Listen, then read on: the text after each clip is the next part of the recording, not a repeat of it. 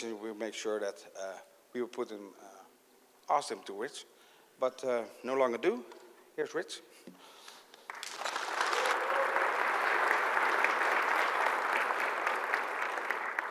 Thank you for joining me today. I'm here to talk about installer package scripting.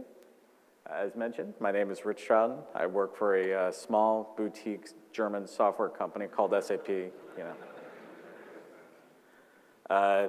To set some expectations management for this session, my assumption is that folks here already know the basics of how to write scripts and build an installer package. We're going to be discussing how to build on that foundation to solve problems. Now, installer packages are pretty great. They're one of Apple's 2 recommended ways to install software, with the other method being dragging and dropping a self-contained application into place. Now, I personally believe that installer packages are the superior installation method. You can control the permissions on the files, you can control where the installed files are placed. When properly built, a package can be installed with nobody logged in. And last but not least, you can run scripts as part of the installation process. So another advantage outside of the package itself is that every Mac management system I have run into yet has the ability to install an installer package. Now, for folks who have to support multiple management systems, this common ability means that you can build one package and be confident it will deploy the same regardless of the management system used to install it. However, the real magic of using installer packages happens when you start using scripts as part of the installation process. So, what languages can you use? Well, if a client Mac supports a language, the installer tool should be able to support running scripts written in that language on that client. So notwithstanding Apple switch to ZSH, probably the most common form is still going to be shell scripting using the bash shell. So that's what I'm going to focus on. From there, your scripting options are going to depend on whether or not you're using a bundle style package or a flat package. So bundle style installer packages are created as a macOS bundle that contains scripts and a description of the package requirements and the behavior. So as part of creating a bundle style package, you can define scripts that will be executed before and after the installation. Now, normally there are 6 types of scripts that can be used in a bundle style package. However, most of the time, you're just going to be using these 2 types. Pre-flight scripts get run before files are installed, and post-flight scripts run after files are installed. Now, the other types of scripts only apply in specific defined circumstances, which may not apply to your package. When Apple created the flat package format, they simplified the script options and they made only 2 available. So the bundle style post and pre-install and post and pre-update script options were removed. Apple retained the concept of pre-flight and post-flight scripts, but then Apple renamed those script categories to make it more clear what their functions were by naming them to pre-install and post-install. So a commonality between scripts used in bundle style and flat packages are that the scripts must return an exit status of 0, or else the installer is going to report failure. So if you're building a shell script for an installer package, one way to ensure that the script returns a status of 0 is by adding exit 0 to the end of your script, so that no matter what, package looks fine. So when building a script for use with an installer package, it's helpful to know that the installer application can automatically pass along information to the script using variables. So the ones shown on the screen are for shell scripts. Now, here's an example of using the $3 variable in an installer script. So in this case, we're able to take advantage of the installer telling us which drive the package is being installed on to have our script run actions on the targeted drive. Now, one thing that's important to know is that the closest set of variables to the script is what's going to win. So if your systems management tool assigns $3 to one thing, and the installer assigns it to something else, the installer assigned meaning is what is going to be used by the script inside the package. So, big deal, right? I can use scripts as part of installer packages. Great. Why are we having a session about this? Well, there's lots of cool ways to use these installer scripts. You can use them to fix problems in other people's installer scripts. You can install software which doesn't use any of Apple's recommended installation methods. You can deploy configuration files for other installers, and you can even build an installer package that is only a delivery mechanism for scripts. So for your packaging needs, there are a number of free tools available. I personally use Stefano Sudra's Iceberg and packages for when I need to manually create a package, but try them all out and use the one that works best for you. Iceberg will build you bundle-style packages, while packages will build flat packages. If you need to use source control for your packaging, I recommend using either Monkey Package or Quick Package. Both are free open source tools that allow packages to be built in a consistent and repeatable way using source files and scripts. And my shop makes a free open source tool called Script-to-Package, which I'll be discussing in more detail later in the talk. Now, Jamf's Composer is also an available tool for creating packages. I know a lot of Jamf customers use it. The main reason it's not up on the slide is that it is not free. It does come as part of the Jamf Pro Suite, and it is available for purchase from Jamf. Another very valuable tool that I've found is Auto-Package. I'm going to be discussing this a bit more in the rest of the talk, but for those who want to get started on understanding it, there is a YouTube link at the bottom of the screen from a previous conference that will talk you through the basics. So while this talk is going to manually focus on manually building an installer package to solve specific problems using installer scripts, I want to mention Auto-Package because it often allows you to solve the same problems in a consistent and repeatable fashion, with the added bonus of also automating the download of the applications you need to package.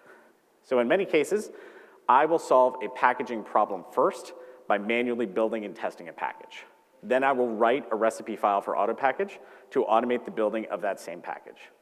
So for those not familiar with Auto-Package and how it works, a recipe is an XML or YAML file which describes a sequence of tasks for Auto-Package to run. So these tasks can include downloading some piece of software, building an installer package for that software, and then importing the newly created installer package into your Mac management solution like Jamf Pro. So to help illustrate this, I'll be discussing some examples later of how I first solved a problem with manual packaging and then later turned it into an Auto-Package recipe. So to give some practical examples, let's look at how a vendor's installer package didn't cover quite all of the possible deployment scenarios and how you can use your own script to fix it. So for this scenario, we are going to be working with the Citrix Workspace Installer. So the Workspace Installer package provided by Citrix runs both a pre-install and a post-install script. And as part of the post-install script, one of the script variables references home. Now, home is a variable which is set at login to be the path for the user's home directory. Citrix's working assumption when they wrote this was that someone will be logged in when Citrix Workspace is installed. However, there are going to be times when nobody's logged in. In those cases, an error will be generated, and your script is going to return an exit status other than 0. So one thing to remember is that installation scripts must return an exit status of 0, or else installer will report failure. So how do we fix this? By avoiding the error condition. So we can do this by writing a script that does 3 tasks. First, verifying that the Citrix built installer is available at a location defined by the script. Second, if the installer is present, make sure that home always returns a valid result by resetting home to be a value that is controlled by your script. And 3, running that Citrix built installer using that updated home variable. So first step is verifying that the installer is available at the script's defined location. Next step is trying to make sure that we match the Citrix installer's assumption if at all possible. We do that by first figuring out if there is a logged-in user. After that, figure out the location of the logged-in user's home folder. Next step is setting the home value to match the path of the logged-in user's home folder. So this matches the default behavior of the home variable, so it matches the assumptions that Citrix made when building their installer. And here is where we set home to always return a value even in those conditions where the Citrix built installer would error. If a logged-in user can't be determined, home is set to the var root directory, which is the home directory of the root user on macOS. So last step, script runs the Citrix built installer. So now that the script is setting the home value to be valid in all conditions, the Citrix built installer should not error. So let's put all this together into a package. To do this, I'll be using the script that I just described as a post-install script, a copy of the latest Citrix Workspace installer, and the Packages app to create the package. So first step is to open the Packages app and set up a raw package project. Next, we name it and define where the package's project file will be stored. So in this case, I'm naming the package as Citrix Workspace and storing the project files in a Citrix Workspace directory inside my home folder. In the project pane, the main thing I'm checking here is the name to make sure that it is right. As long as that's correct, there is no need to change anything here from the defaults. In the settings pane, we want to require the admin password for installation, and on successful installation, we don't want to do anything else. In the payload pane, we're not changing anything from the defaults. And in the scripts pane, we need to add the Citrix built installer under additional resources and add the post-install script to the post-installation section. So the reason why we add the Citrix installer to the additional resources section is that packages will store those resources in the same location as it stores the pre- and post-install scripts. So this allows our script to be able to access the Citrix built workspace installer. So let's take a look at how this works. So first thing I'm going to do, go ahead and select my Citrix installer, save my changes. Next, going to go ahead and select that script, save my changes, and then let's go ahead and build.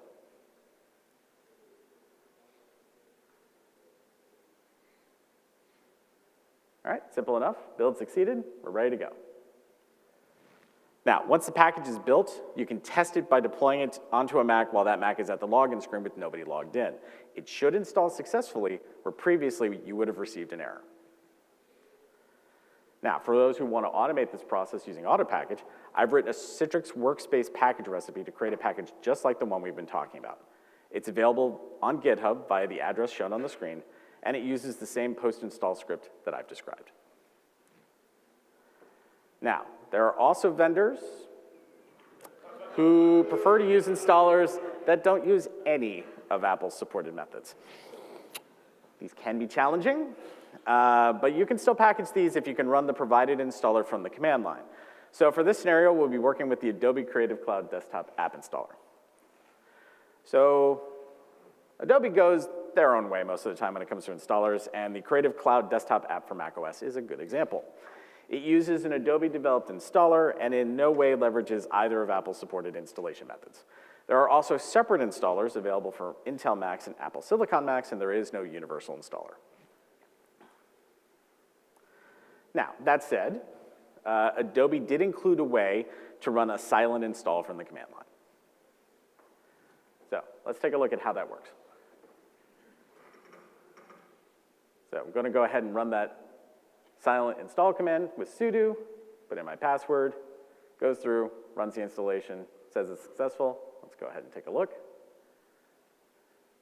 And sure enough, there's Creative Cloud, and it looks like it installed properly.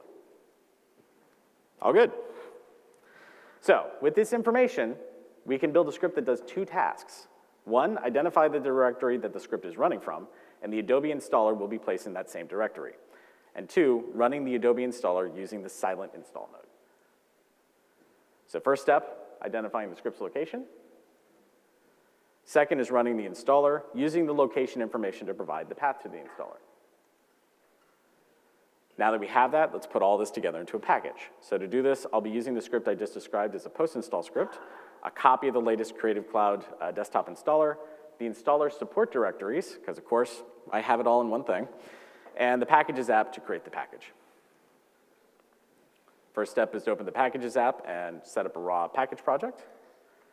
Next, we name it and define where the Packages project will be stored. In this case, I'm naming the package as Adobe Creative Cloud Desktop Installer and storing the project files in an Adobe Creative Cloud Desktop Installer folder in my home folder. Project pane, main thing I'm checking here is the name to make sure it's right. As long as that is, there's no need to change anything here. In the settings pane, we want to require the admin password for installation, and on successful installation, don't do anything else. We don't need to change anything for the payload pane. And in the scripts pane, we need to add the Adobe installer and its support directories under additional resources and add the post-install script to the post-installation section. Now, as mentioned during the thing we did on the Citrix Workspace installer, placing things in additional resources means that they can be referenced by pre- and post-install scripts. So let's take a look at how all this works. So first off, let me go grab the Adobe installer and all of its support stuff. Let me just exclude that post-install. All right, add save my changes. Next, let's go ahead and add that post-install script. All right, looks good. Save my changes, and then let's go ahead and build.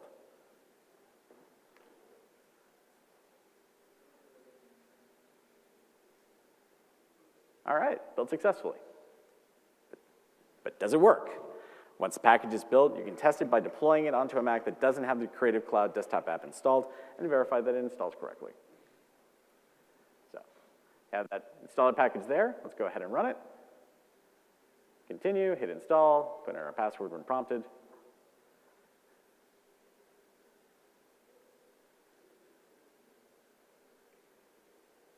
All right, all good. Successful installation, but let's check to make sure it did work. Ah, looks real good. Okay. So, for those who want to automate this process using auto package, I have written several Adobe Creative Cloud app package recipes to create a package just like the one we've been talking about. One for Intel Macs, one for Apple Silicon Macs, and one that builds a package that can detect what kind of Mac it's running on and install the correct processor-specific version of the Creative Cloud desktop app. So they are available on GitHub via the addresses shown on the screen. Now, one thing I do want to mention that I forgot to mention earlier is that all the slides are going to be available for download, so there's no need to try to write things down or take pictures during the presentation. It's all going to be available for download. So you can also use scripts to help deploy a custom software configuration. So an example of this is NextThink Collector's Mac client. So NextThink can be a little interesting to deploy because the installation process involves an installer application which has a command line tool where the command line tool configures and runs a separate installer package using a defined set of options. I have not run across that anywhere else, so this is interesting. The command line tool also needs to reference a license file, which NextThink refers to as a customer key file. Now, one way to handle this is to bundle the NextThink installer's disk image file and the customer key file together inside another installer package and use a post-install script like this one, shown on the screen, to mount the disk image, reference the customer key file, and run the installation process using your preferred options.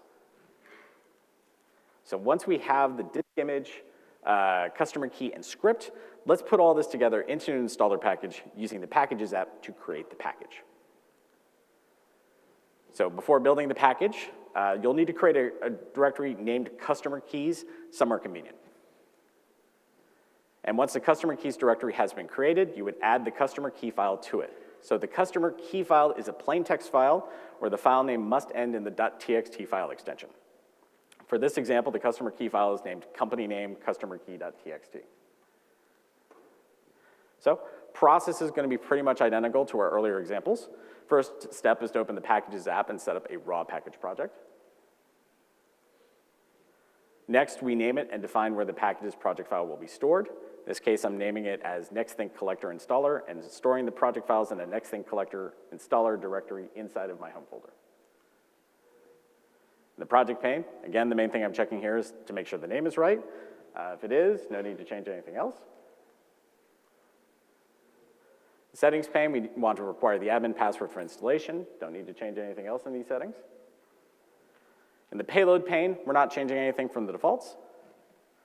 And in the scripts pane, we need to add the NextThink disk image and the directory with the customer key file under additional resources and add the post-install script to the post-installation section. So let's take a look at how this works. So let's go ahead and add the disk image in that customer keys directory. Save my changes. Let's go ahead and choose our post-install. All right. That's selected, save my changes. Let's go ahead and hit build.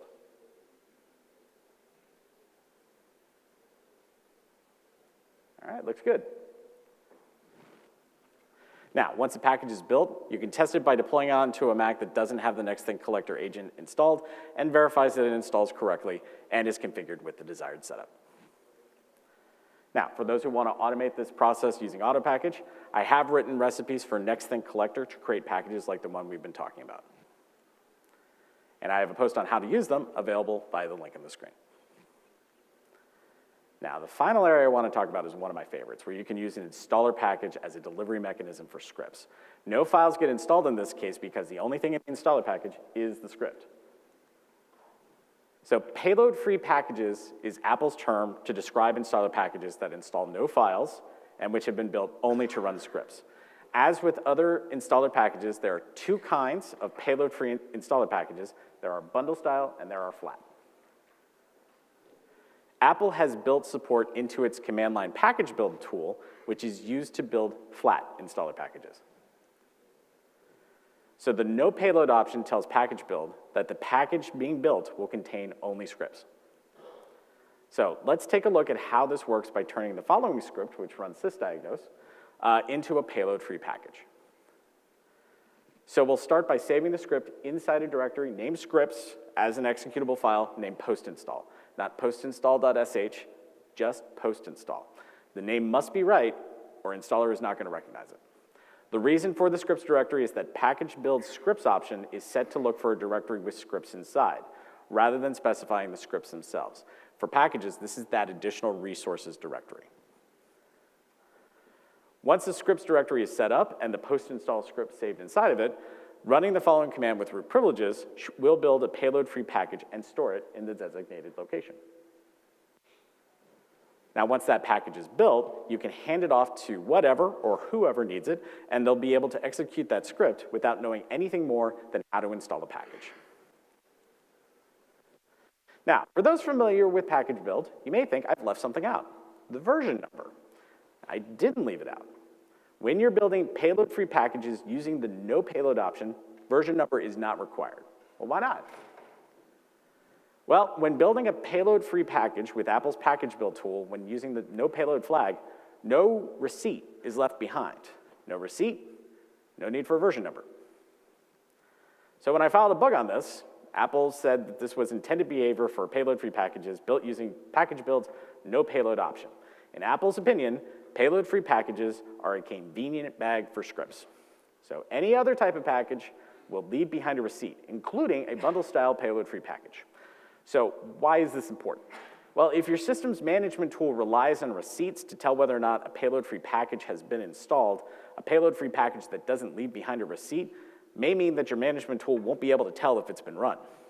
So this may result in the payload-free package and its associated script being run repeatedly on your managed machine. However, you can make a package with package build that, while technically not payload-free, will act just like one. So the key here is to create an empty directory and set package build's root option to look there for files. Package build's root option is used to tell package build what files to package, but since there's going to be no files in an empty directory, the package will install no files on the destination Mac. However, you get a receipt. So a tool that I've developed which leverages package build is a script used to build payload-free packages where the package sets up a printer with the desired configuration. Now this script, as you can see, does have a number of options, including an option to sign the payload-free package using an Apple developer certificate. So while it does have a lot of options, you may need to use only a few of them to set up a printer. So let's take a look at how this works using only these options. So here's how the command to run the script would look. I have it broken up into separate lines for clarity. Normally, this would all be on one line. Let's go ahead and build this. So I'm going to put in sudo, and then I'm going to copy and paste all that because that's a lot to type. All right. Put in my password for sudo. Then there's a bunch of stuff that shows up on the screen and is immediately covered up by a Finder window showing you where the package is. So the build process was covered up the terminal window, but here's the output you should see. And let's take a look at how this works out in practice. So I've got my payload-free package to set up my printer. Let's go ahead, hit install, put in my password. Installation successful, but let's double check to make sure it actually worked right. So let's go into System Settings, Printers and Scanners, and sure enough, there's our new printer with all the settings there.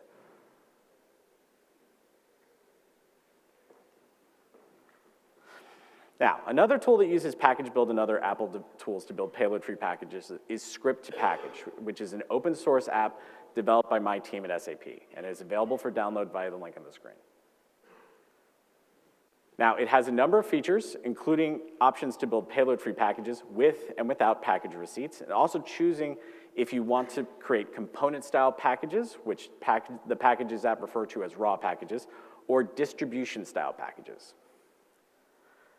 Now, 2 of Script2Package's features are particularly important if you want to deploy payload-free packages via MDM commands, as packages deployed using that method must be distribution-style packages, and they must be signed. So let's take a look at using Script2Package to build a payload-free package. So just going to go ahead and select scripts. Got a script down on our desktop. Let's go ahead and select that. Got this dialog window, and it'll build you a package with the exact same name as the script in the exact same location as your script. And as a bonus, you might notice it both signed and notarized that package. So another capability of Script2Package is validating signing and notarization status of existing installer packages. Now, these do not need to be payload-free installer packages. These can be any installer package. And I'll give you these kinds of nice feedback there. Let's go ahead and take a look at how that works. So we're going to go ahead and validate the package that we just built. And it's going to tell me that it was signed by my Apple Developer ID installer certificate and that it was notarized by Apple. Another thing that Script2Package can do is if you give it a folder with resources inside, it can build a package off of that. So here we're replicating what I did earlier with packages for the Citrix Workspace installer using Script2Package. In this case, it's queuing off of what the folder name was, and it's putting the new installer package in that exact same location. So, a little bit of a shortcut over the packages method. Now that you've seen how you can use scripts, how can you check out existing installer packages to see what they're doing? So there's a few tools that can help you out here. There's Apple's Package Util command line tool, there's Pacifist, and Suspicious Package. Package Util and Suspicious Package are both free, while Pacifist is shareware with a trial period. Now, since both are free with no strings attached, let's take a look at Package Util and Suspicious Package. So Package Util is not going to directly examine things for you, but it will expand the contents of an installer package into a directory. From there, you can examine the scripts included with that package. So let's take a look at that with the package I built with Script2Package. So I'm going to run Package Util, use the expand option. Going to select my package, and I'm going to tell it what the directory is that I want to expand it into. You don't have to have a directory there, you just have to give it a name, and Package Util will handle creating that directory. So inside there, there's my scripts directory, there's my post install. Let's take a look at it. Just open that up with BBEdit.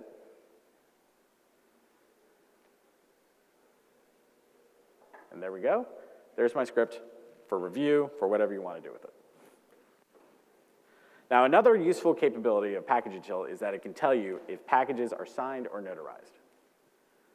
So here's what you should see if a package is neither signed or notarized. Here's what you should see if it is signed but not notarized. And here's what you should see is if it is both signed and notarized. Now, for those interested, I have a post on this available via the link on the screen. Suspicious Package is a phenomenally useful tool for reasons that are going to be shown in a second. It'll check out an installer package for you, it'll show you its contents, and it'll even warn you if there's problems. So let's take a look at my sysdiagnose package using Suspicious Package. It's not throwing any warnings. So it says I have one install script, and it'll help me take a look at that and give you a bunch of information about it. Now let's take a look with Suspicious Package on an HP printer driver. So that's signed, that's good. Installs a bunch of things. Runs 7 install scripts, that's a lot. Oh, we got something for review. What's for review? Let's go take a look at that. There's 5 Perl scripts in there, and Perl's deprecated since Catalina. So it's now showing me the scripts that are specifically running a deprecated runtime, which in this case is Perl. So you can review those, take a look at them. Hopefully you can read Perl. Not one of my skills, unfortunately. But you can check this out and maybe feedback to the vendor that maybe move away from this because it's deprecated. So, because you can never have too much information about a new topic to you, here are some useful links. Some more useful links. Even more useful links. And hopefully the most useful links you see in this entire presentation, because this is how you get it all. PDF with the slides and the speaker's notes are available from the top link, and keynote slides are available from the bottom link. That's where you get everything. That's where you get all the slides, the speaker's notes, the demos, the movies, the everything. And I will leave that up on the screen. And how are we doing on time for questions? I think we're doing good. Okay. And I got a couple. And one good comment for you. All right. With 12 votes. You know what it is? Bring it. You're awesome. And that's true.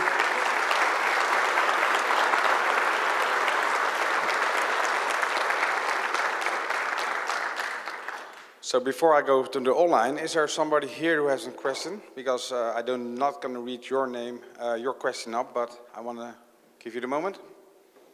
Raise your hands if you got a question. Don't be shy. We're among friends. Yesterday we had a party I together. won't yell at anybody, I promise. We got one.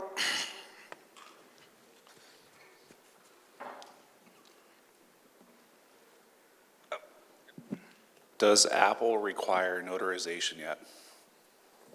In which context? A couple dub sessions ago, when they first announced notarization for packages, they said it was coming, but I don't know if there's like a specific time where they're like, you have to notarize all packages, or. I think Apple would respond to that with they can't comment on future plans. Typical, so right? I'm going to have to defer that particular question to Apple and probably a future WWDC. I will say that for deploying by an MDM command, I have not yet seen any requirement that it needs to be notarized. Just signed. However, if you are deploying, if it's something that's going to be interacting with Gatekeeper, which for Jamf Pro it is not going to be, that is going to be need to be signed and notarized, and frankly, I think that's a good general practice to get into. Do you do that? So for packages we deploy with Jamf Pro, they are all signed. We are using auto package extensively, and part of that is signing those packages. I don't think anyone has yet developed a notarization processor for auto package, but if I can start working that in as well, I see no harm in it. Cool, thank you.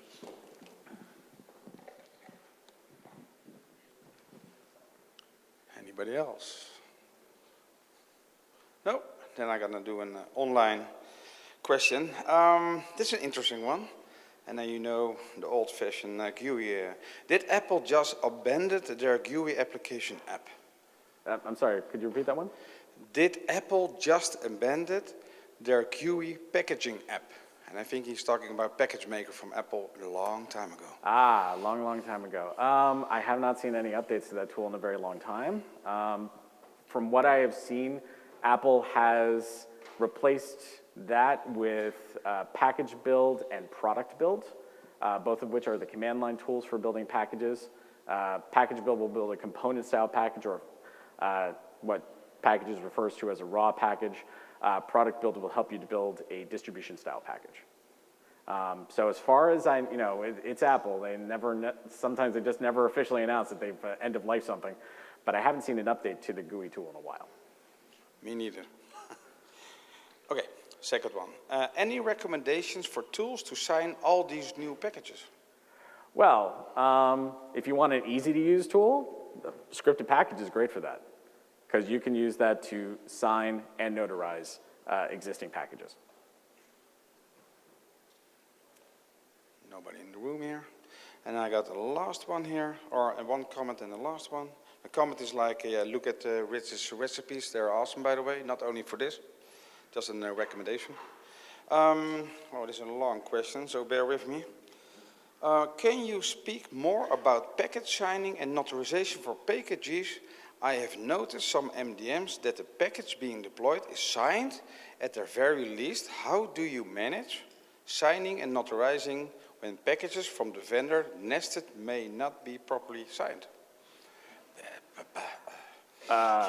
So when you're getting a package from the vendor that's not properly signed, my thing is that if I'm getting a package from the vendor that isn't signed, I send that back. I don't try to sign that as myself. If I'm getting something from the vendor that they built a package and they're handing you off an unsigned package, send it back. That's my own personal opinion. For our auto package workflows, we do have some instances where we are doing something like we're doing with a Citrix workspace, where we are essentially wrapping the vendor package inside another package. What I sign is going to be that outer package, and I don't touch anything on the vendor package. I try to use the vendor package as it is. And if a vendor is sending me a perfectly good signed and notarized installer package, I will use that as is every time. Great. One question, what you show on the screen. How did you make a suspicious package shortcut when you did the right click? Is it default in the system? So that is a service that suspicious package adds. Now, it used to be up until I think, when did they change this? I do have a blog post on this. But Apple changed the behavior of that right click, that contextual click, so that the only option you had for examining packages was installer. Suspicious package released a subsequent update where they have a service that goes into, again, that contextual click menu, that right-click menu, that allows you to, again, select open with suspicious package. Okay, we got one. Hey, sir. So, Jamf Composer, obviously we're at a Jamf conference, and you strategically kind of skipped over that because it costs money. How does it stack up against other packagers? And if money wasn't an object, do you have a preferred packager that you like to use? See, that's an excellent question. I would say use the package that works best for that circumstance. I personally love using Composer for helping me get that snapshot of what is getting packaged. However, I have found that sometimes Composer is kind of overzealous in capturing what's going on in that snapshot. My personal favorite was the time I was in a Jamf training class, and I was supposed to make a snapshot of like this one file, and in the background, software update was kicking off and downloading a whole bunch of stuff. And I'm like, why is this is supposed to be like a few K. Why is this 4 gigs? So it's one of those things that if you know how to use Composer and you know how to leverage Composer, it's an excellent tool, but don't just blindly trust the snapshotting. Just do not, because there is other stuff going on in the background that may not be visible, software update in particular. Do you have a preferred packager? Do I have a preferred packager? Yeah. Auto package. Okay. That's my preferred tool at this point. If you ask what's my axe, it's auto package. My runner-up is probably script to package, and after that is packages. Thank you. Okay, last one online. Can the Builder app also display any notarization errors so you don't have to dig through the URL information and can send back Apple for this error? Say what again? So, can the Build app also display any notarization errors you get back from Apple?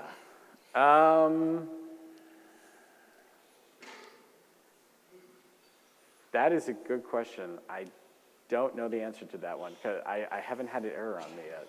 I mean, that's a bad answer, but I don't know because I haven't had it fail on me. That's also a good answer, right? I guess so. Okay, oh, got another one. 1 second. You showed a demo making the printer installer package. What was the tool you needed to use that? would you still recommend deploying printers through these scripts, packages, or using Jamf built-in printer support? That is going to be a good question. So I think we can actually go back to that tool. 1 second, bear with me. Where is it? Here it is. There we go. So payload-free package printer generator. I actually built this years ago for a colleague who, he was using Deploy Studio, which doesn't have any sort of native printer deployment stuffs. And he wanted to use another tool called, I don't remember the name, but it built packages that you could deploy through Monkey, and he was like, I want to be able to use this, but I don't use Monkey, I'm only using Deploy Studio, and I got interested in the problem. So I would say, use what works best for you. However, I would note that with Jamf admin being eased off into the sunset, that's how normally printer configurations have been captured. So without that being around, this is an excellent tool to perhaps move over to. Cool. Ha. They make me run.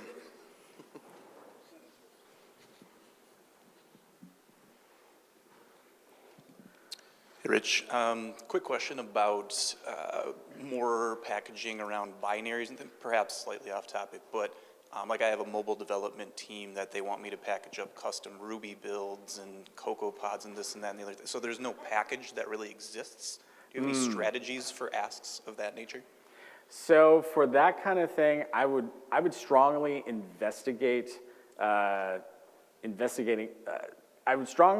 recommend investigating auto package. I can get that phrase out because that is kind of tailor-made for that kind of situation where you could grab it from the GitHub repo or wherever it is coming from, download it, build a customized package to put things where it needs to go, and in an automated fashion, in a repeatable fashion, so you know it's going to work the same every time. That would be my recommendation. Auto package is a great solution for this.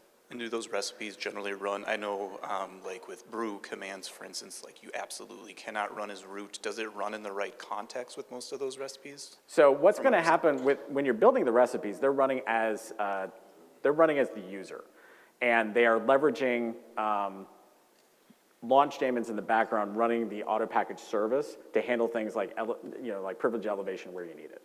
So auto package itself should run entirely within a specific user's context.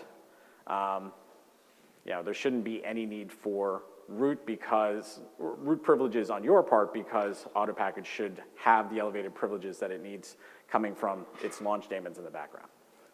All right, thank you.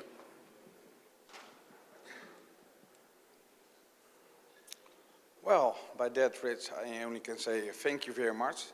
I thought it was very useful, and as always, it was a pleasure to listen to you. So give it up for Rich.